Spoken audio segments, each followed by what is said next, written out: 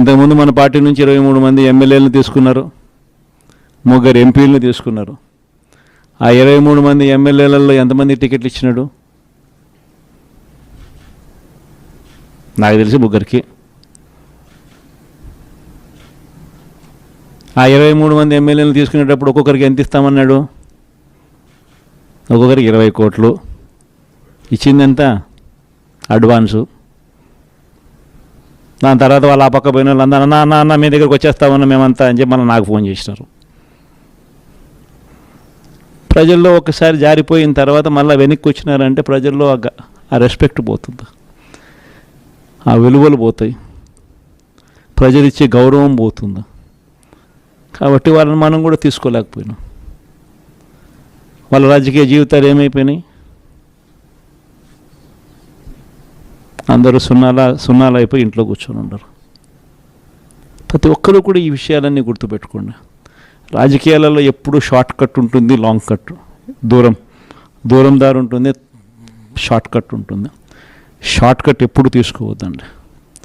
రాజకీయాలలో ఏ రోజైనా కూడా నిలబడాలి అని అంటే, ప్రజల మన్ననలు ఉండాలి అని అంటే, ప్రజల్లో గౌరవం ఉండాలి అని అంటే, కష్టమైనా కూడా మనం తీసుకునే దారి విలువలతో కూడిన దారి, విశ్వసనీయతతో కూడిన దారి తీసుకోవాలి.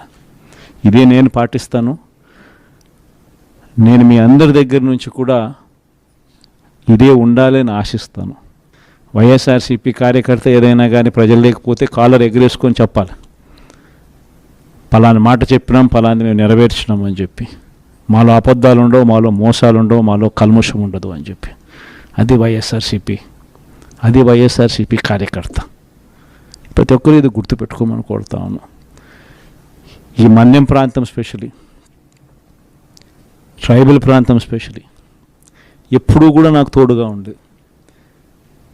పార్టీ స్థాపించిన రోజు నుంచి, మొట్టమొదటి రోజు నుంచి కూడా వెనక్కి తిరిగి చూస్తే ఎక్కడా కూడా ఈ ప్రాంతంలో మాత్రం 100% యా పక్క ఏది ఏ ప్రాంతం ఎటుపోయినా కానీ ఇక్కడ మాత్రం ప్రజలు మాత్రం, ఇక్కడ మాత్రం నాయకులు మాత్రం, ఇక్కడ మాత్రం ఉన్న వాళ్ళంతా మాత్రం 100% ఎప్పుడూ నాకు తోడుగానే ఉన్నారు.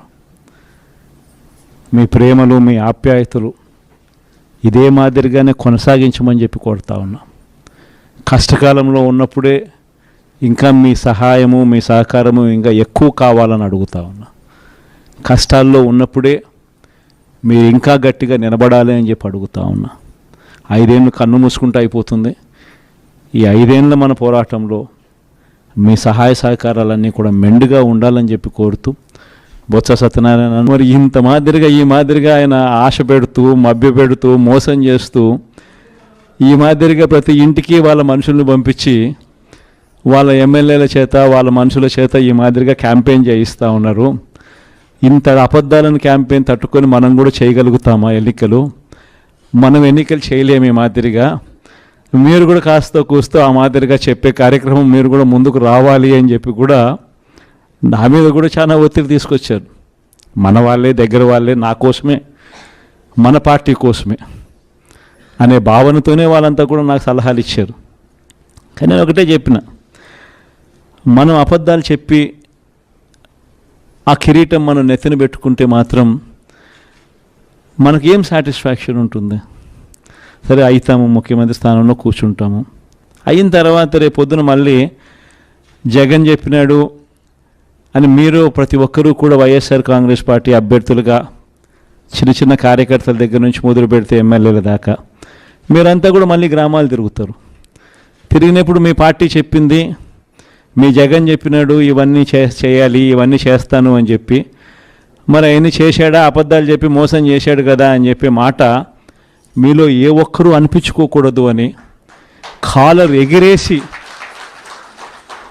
ఎగిరేసి మా పార్టీలో ఉన్న ఏ కార్యకర్త అయినా కూడా, మా పార్టీలో ఉన్న ఏ నాయకుడైనా కూడా ఒక మాట చెప్తే ఆ మాట మీద నిలబడతాం అన్న నమ్మకం, భరోసానే వైఎస్ఆర్ కాంగ్రెస్ పార్టీ అని చెప్పి కాలర్ ఎగిరేసి చెప్పుకునే పరిస్థితి ప్రతి గ్రామంలో ప్రతి కార్యకర్తకు ఉండాలి. దానికోసమే నేను తాపత్రయపడ్డా. అందుకే అబద్ధాలు చెప్పలేకపోయాం. మనం 2019కి ముందు చంద్రబాబు నాయుడు ఇదే మాదిరిగానే 2014లో ఇదే మాదిరిగా చెప్పాడు. అప్పుడు రైతులకు రుణాలు మాఫీ అన్నాడు. పొదుపు సంఘాల అక్కచెల్లెమ్మలకు రుణాలు మాఫీ అన్నాడు. ఇంటింటికి ఉద్యోగం ఇవ్వకపోతే 2000 రూపాయలు నిరుద్యోగ భృతి అన్నాడు. ఈయన రకరకాలుగా ఆయన కూడా చెప్పుకుంటూ వచ్చాడు. ఆ రోజుల్లో రుణమాఫీ అంటే ఉంటాయి. కష్టాలు ఏ స్థాయిలో పరాకాష్ఠకు పోవడం నేను చూశాను అని అంటే నన్నే 16 నెలలు జైల్లో పెట్టారు.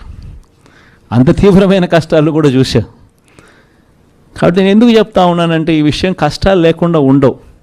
కానీ కష్టాలు వచ్చినప్పుడు మనం ఎలా ప్రవర్తిస్తూ ఉన్నాము, మన వ్యక్తిత్వం ఎలా ఉంది, మన క్యారెక్టర్ ఏమిటి అన్నది మాత్రం మనకు శ్రీరామ రక్షగా నిలబడుతుంది అన్నది మాత్రం ప్రతి ఒక్కరు గుర్తుపెట్టుకుని, మనం చేసిన మంచి ఎక్కడికి పోలేదు.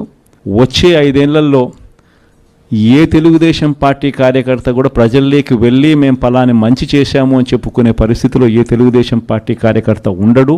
ఎందుకంటే వాళ్ళు చెప్పినటివన్నీ అబద్ధాలు, మోసాలే కాబట్టి ప్రజలు వాళ్ళ నిలదీసే కార్యక్రమం జరుగుతుంది. అదే ప్రజలు మళ్ళీ మన వైఎస్ఆర్సీపీ కార్యకర్తలను వీళ్ళు మంచోళ్ళు, ఏ రోజు అబద్ధాలు చెప్పలా, ఏ రోజు మోసాలు చేయలా, చెప్పింది ఏదైనా కూడా చేసి చూపించారు, వీళ్ళు మంచోళ్ళు అని మళ్ళీ వైఎస్ఆర్ కాంగ్రెస్ పార్టీ కార్యకర్తలకు ప్రజలే దండలు వేసి మళ్ళీ మనం నా స్థానంలో కూర్చోబెట్టే పరిస్థితి కూడా ఖచ్చితంగా జరుగుతుంది. ఎన్నికలప్పుడు ఏం చెప్పినాడు? ఎన్నికలప్పుడు వాళ్ళ మనుషులందరినీ ఇళ్ళకి పంపించినాడు. వాళ్ళ ఎమ్మెల్యేలను వాళ్ళ మనుషులను అందరినీ పంపించి ఇళ్ళకి పంపించినప్పుడు వాళ్ళ క్యాంపెయిన్ కూడా ఏమిటి? చిన్నపిల్లలు కనపడినారనుకో, నీకు 15,000, నీకు 15,000, నీకు 15,000, నీకు 15,000. సంతోషమా అని అడిగేవాడు. ఇంట్లో నుంచి వాళ్ళ అమ్మ బయటకు వచ్చిందనుకో, నీకు 18,000 సంతోషమా అని అనేవాడు. ఆ ఇంట్లో నుంచి వాళ్ళ అమ్మకు సంబంధించిన వాళ్ళ అక్కనో వాళ్ళ చెల్లెల్లో బయటకు వచ్చిందనుకో, నీకు 18,000 సంతోషమా అని అనేవాడు. ఆ ఇంట్లో నుంచి ఒక 20 ఏళ్ళ పిల్లోడో ఎవరో ఒకరు బయటకు వచ్చినా అనుకో, నీకు నెలకు 3,000 నిరుద్యోగ భృతి, నీకు సంతోషమా అని అనేవాడు. సరే కండువా వేసుకొని ఒక రైతు ఆ ఇంట్లో నుంచి బయటకు వచ్చినా అనుకో, నీకు 20,000 సంవత్సరానికి సంతోషమా అని అనేవాడు. ముసలాయమ కనపడితే నీకు 4,000 సంతోషమా అని. ఇదే మాదిరిగానే క్యాంపెయిన్ అంతా జరిగింది. ఇదే మాదిరిగానే క్యాంపెయిన్ అంతా జరిగి ప్రతి ఒక్కరి చెవులోనూ కూడా పెద్ద కాలీఫ్లవర్లు పెట్టి అందరినీ మోసం చేసి ఈరోజు ఇప్పుడు ఆ స్థానంలో కూర్చొని ఉన్నాడు. ఈరోజు ఎలమంచిలి చంద్రబాబును నమ్ముకుంటే ఎక్కడైనా ప్రజలైనా అంతే అంటే ఉంటాయి. కష్టాలు ఏ స్థాయిలో పరాకాష్ఠకు పోవడం నేను చూశాను అని అంటే నన్నే 16 నెలలు జైల్లో పెట్టారు. అంత తీవ్రమైన కష్టాలు కూడా చూశా. కాబట్టి నేను ఎందుకు చెప్తా ఉన్నానంటే ఈ విషయం కష్టాలు లేకుండా ఉండవు. కానీ కష్టాలు వచ్చినప్పుడు మనం ఎలా ప్రవర్తిస్తూ ఉన్నాము, మన వ్యక్తిత్వం ఎలా ఉంది, మన క్యారెక్టర్ ఏమిటి అన్నది మాత్రం మనకు శ్రీరామ రక్షగా నిలబడుతుంది అన్నది మాత్రం ప్రతి ఒక్కరు గుర్తుపెట్టుకుని, మనం చేసిన మంచి ఎక్కడికి పోలేదు. వచ్చే 5 ఏళ్లలో ఏ తెలుగుదేశం పార్టీ కార్యకర్త కూడా ప్రజల్లోకి వెళ్ళి మేము ఫలాని మంచి చేశాము అని చెప్పుకునే పరిస్థితిలో ఏ తెలుగుదేశం పార్టీ కార్యకర్త ఉండడు. ఎందుకంటే వాళ్ళు చెప్పినటివన్నీ అబద్ధాలు, మోసాలే కాబట్టి ప్రజలు వాళ్ళ నిలదీసే కార్యక్రమం జరుగుతుంది. అదే ప్రజలు మళ్ళీ మన వైఎస్ఆర్సీపీ కార్యకర్తలను వీళ్ళు మంచోళ్ళు, ఏ రోజు అబద్ధాలు చెప్పలా, ఏ రోజు మోసాలు చేయలా, చెప్పింది ఏదైనా కూడా చేసి చూపించారు, వీళ్ళు మంచోళ్ళు అని మళ్ళీ వైఎస్ఆర్ కాంగ్రెస్ పార్టీ కార్యకర్తలకు ప్రజలే దండలు వేసి మళ్ళీ మనం నా స్థానంలో కూర్చోబెట్టే పరిస్థితి కూడా ఖచ్చితంగా జరుగుతుంది. ఎన్నికలప్పుడు ఏం చెప్పినాడు? ఎన్నికలప్పుడు వాళ్ళ మనుషులందరినీ ఇళ్ళకి పంపించినాడు. వాళ్ళ ఎమ్మెల్యేలను వాళ్ళ మనుషులను అందరినీ పంపించి ఇళ్ళకి పంపించినప్పుడు వాళ్ళ క్యాంపెయిన్ కూడా ఏమిటి? చిన్నపిల్లలు కనపడినారనుకో, నీకు 15,000, నీకు 15,000, నీకు 15,000, నీకు 15,000 సంతోషమా అని అడిగేవాడు. ఇంట్లో నుంచి వాళ్ళ అమ్మ బయటకు వచ్చిందనుకో, నీకు 18,000 సంతోషమా అని అనేవాడు. ఆ ఇంట్లో నుంచి వాళ్ళ అమ్మకు సంబంధించిన వాళ్ళ అక్కనో వాళ్ళ చెల్లెల్లో బయటకు వచ్చిందనుకో, నీకు 18,000 సంతోషమా అని అనేవాడు. ఆ ఇంట్లో నుంచి ఒక 20 ఏళ్ళ పిల్లోడో ఎవరో ఒకరు బయటకు వచ్చినా అనుకో, నీకు నెలకు 3,000 నిరుద్యోగ భృతి, నీకు సంతోషమా అని అనేవాడు.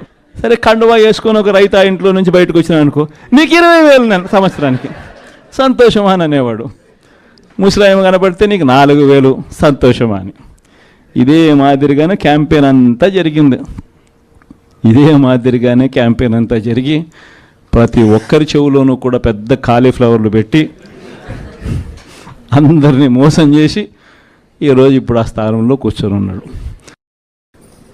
ఈరోజు ఎలమంచిలి చంద్రబాబును నమ్ముకుంటే ఎక్కడైనా ప్రజలైనా అంతే, నాయకులైనా అంతే.